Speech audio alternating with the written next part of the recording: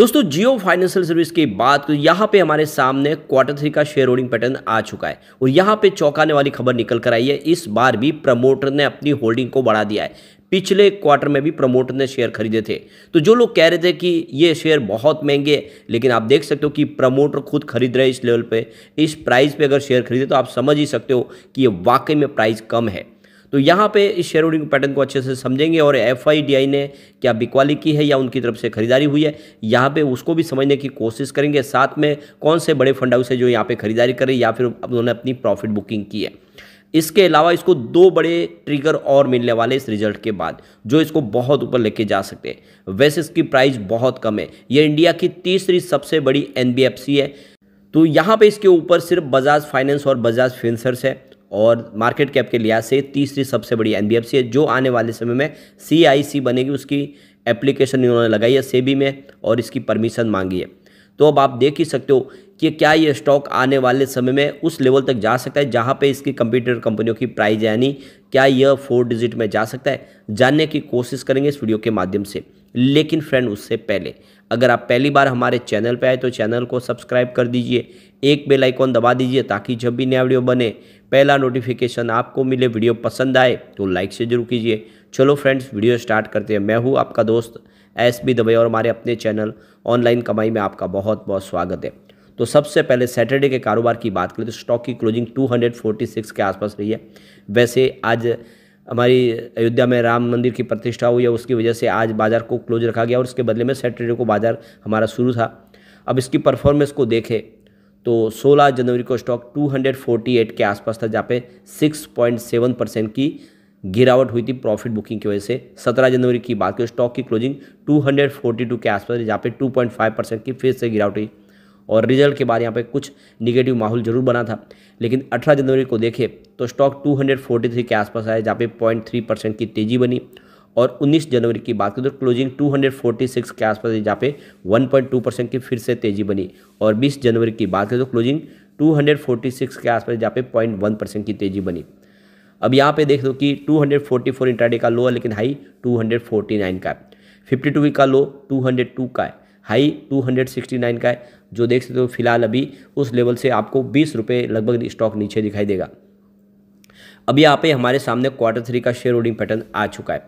अब प्रमोटर ने यहाँ पे होल्डिंग फिर से बढ़ा दी है। देख लो कि सितंबर में 46.77% की होल्डिंग थी जो दिसंबर में 47.12% हो चुकी है। अब आपको पता होगा जब इसको डीमर्जर किया गया था और अलग से लिस्टिंग हुई उस समय प्रमोटर की होल्डिंग 45% के आसपास थी, जो लगातार हर क्वार्टर में आपको बढ़ती हुई दिखाई देगी और इस बार भी प्रमोटर ने अपनी होल्डिंग बढ़ा दी है और ये बहुत बड़ा पॉजिटिव ट्रिगर है। यानी एक तरह से समझ सकते हो ये भाव काफ़ी ज़्यादा फेयर है और प्रमोटर को लगता है यहाँ से प्राइस बढ़ेगी। और जब कोई कंपनी में प्रमोटर अपनी हिस्सेदारी बढ़ाते तो आप समझ ही सकते हो कि वाकई में स्टॉक सस्ता है और इसीलिए यहाँ पे इन्वेस्टमेंट किया जा सकता है। वैसे एफआई की तरफ से यहाँ पे कुछ प्रॉफिट बुकिंग की गई है।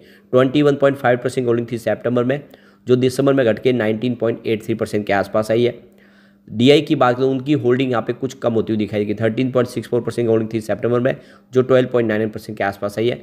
और यहाँ पे गवर्नमेंट ने अपनी होल्डिंग को बढ़ा दिया है। 0.13% की होल्डिंग थी सितंबर में, जो 0.14% हो गई है। तो सरकार ने भी अपनी होल्डिंग को यहाँ पे बढ़ाया, ये बहुत बड़ा पॉजिटिव ट्रिगर है। जनरल पब्लिक की होल्डिंग भी बढ़ी है। 17.86% की होल्डिंग थी सितंबर में, जो 19.92% के आसपास हुई है। कुल मिला के यहाँ पे शेयर होल्डिंग पैटर्न में ये इशारा है कि इसमें दाव लगाया जा सकता है। अब यहाँ पे म्यूचुअल फंड की बात करें तो 4.91% की होल्डिंग म्यूचुअल फंड की है, जिसमें अलग अलग 30 म्यूचुअल फंड ने इन्वेस्टमेंट किया हुआ है। जो इन्वेस्टमेंट जिसका म्यूचुअल फंड का बहुत बड़ा है उसी का इस लिस्ट में आपको नाम दिखाई देगा। तो उसमें क्वांट म्यूचुअल फंड है जिनकी 1.37% की होल्डिंग है। इसके अलावा मोतीलाल ओसवाल म्यूचुअल फंड ने भी 1.28% की शानदार होल्डिंग ली हुई है। अब यहाँ पे फॉरेन पोर्टफोलियो इन्वेस्टर कैटेगरी 1 में देखें तो 19.18% की होल्डिंग है और ऐसे 759 फॉरेन पोर्टफोलियो इन्वेस्टर है। इसमें आप देखें तो गवर्नमेंट ऑफ सिंगापुर की तरफ से 1.69% का बड़ा निवेश किया गया है। यूरो पैसिफिक ग्रोथ फंड ने भी 1.36% का निवेश किया है। फॉरेन पोर्टफोलियो कैटेगरी 2 में देखें तो 0.51% की होल्डिंग है और इनकी संख्या 73 है। अदर फॉरेन इंस्टीट्यूशन की बात करें उनकी 0.01% की होल्डिंग है और इनकी संख्या भी 10 है। इसके अलावा फॉरेन इंस्टीट्यूशनल इन्वेस्टर की होल्डिंग 0.01 है। बैंक की बात करें तो 0.04% की होल्डिंग है और 32 बैंकों की संख्या है। अदर फाइनेंशियल इंस्टीट्यूशन में आपको कोई होल्डिंग देखने को नहीं मिलेगी। इंश्योरेंस कंपनी की बात करें इनका काफ़ी बड़ा निवेश है, 7.41% की होल्डिंग है और देख लो कि करीब 33 की संख्या है। Life insurance corporation of India ने ज़बरदस्त निवेश किया हुआ है, 6.66% की होल्डिंग LIC की है। यानी LIC ने इस स्टॉक पे भरोसा जताया हुआ है अभी भी, और LIC को लगता है कि यह स्टॉक कमाल करेगा। तो देख सकते हो कि ये बहुत बड़ी होल्डिंग LIC की दिखाई देगी आपको जियो फाइनेंशियल सर्विस में। इसके अलावा फॉरेन डायरेक्ट इन्वेस्टमेंट भी यहाँ पे 0.13 का है। अब यहाँ पे ऐसे इंडिविजुअल इन्वेस्टर जिनकी होल्डिंग 2 लाख से नीचे है, वो यहाँ पे आपको 12.5% दिखाई देगा, और ऐसे इंडिविजुअल जिनकी होल्डिंग 2 लाख से ऊपर है वो 2.90 है। अब इसके अलावा अदर आप देखें होल्डिंग तो एनी अदर स्पेसिफाई में 1.27% होल्डिंग है। JFSL ट्रस्ट की होल्डिंग यहाँ पे 0.71 है। HUF 0.42% की होल्डिंग है। इसके अलावा अनक्लेम देख सकते सस्पेंस और स्क्रो अकाउंट की भी 0.09% की होल्डिंग है। इसके अलावा क्लियरिंग मेंबर 0.02% होल्डिंग है। ट्रस्ट की 0.02% की होल्डिंग है। JFSL ट्रस्ट PPS की 0.01% की होल्डिंग है, और बॉडीज कॉर्पोरेट की 1.78% की होल्डिंग है। नॉन रेसिडेंस NRI यानी NRI की होल्डिंग देखें तो 0.78 है। इन्वेस्टर एजुकेशन और प्रोटेक्शन फंड की बात करें 0.5% की होल्डिंग है। तो इस तरह से ये होल्डिंग आप देख सकते हो। इसमें लबोबल लाभ तो यही है कि प्रमोटर लगातार खरीदारी करे, ये बहुत बड़ी बात है। अब यहाँ पे इसको एक जो फ्रेश ट्रिगर मिलेगा वो MFI इंडेक्स में इसको जो शामिल किया गया, यह लार्ज कैप कैटेगरी में आ चुका है। तो इसे आप देखें तो आने वाले इसमें फ्रेश इन्वेस्टमेंट आना शुरू हो जाएगा। अभी फिलहाल इसकी अनाउंसमेंट तो हो चुकी है, लेकिन जो लिस्ट ये जारी होगी फरवरी से होगी। फरवरी से जुलाई तक इस इंडेक्स का हिस्सा बनेगा जियो फाइनेंशियल सर्विस।